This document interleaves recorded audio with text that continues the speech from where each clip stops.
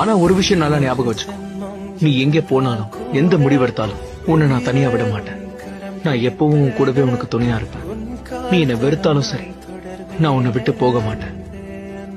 ஒரு நாளும் உன்னை மறவாத இனிதான வரம் வேண்டும். உறவாளும் உடல் உயிராளும் பிரியாத வரம் வேண்டும்.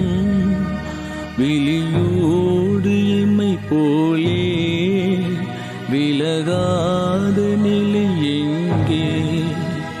விழி நீரை அணை போட்டு மொழி காத்த துணை எங்கே?